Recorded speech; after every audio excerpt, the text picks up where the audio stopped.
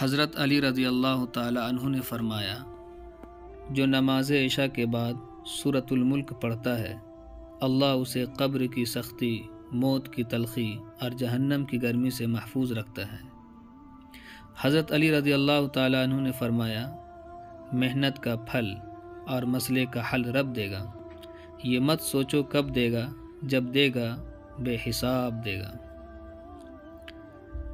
بہترین رشتہ وہ ہے جو آپ کے عیب جان کر بھی آپ سے تعلق ختم نہ کرے، اور بے شک یہ رشتہ آپ کا اللہ کے علاوہ کسی سے نہیں ہے۔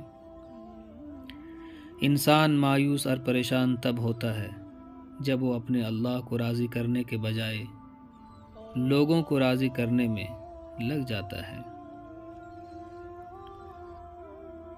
یہ دنیا بھی کتنی عجیب ہے، ایماندار کو بے وقوف، بے ایمان کو عقل مند اور بے حیا کو خوبصورت کہتی ہے۔ انسان زندگی میں مایوس ہو تو کامیابی بھی ناکامی نظر آتی ہے۔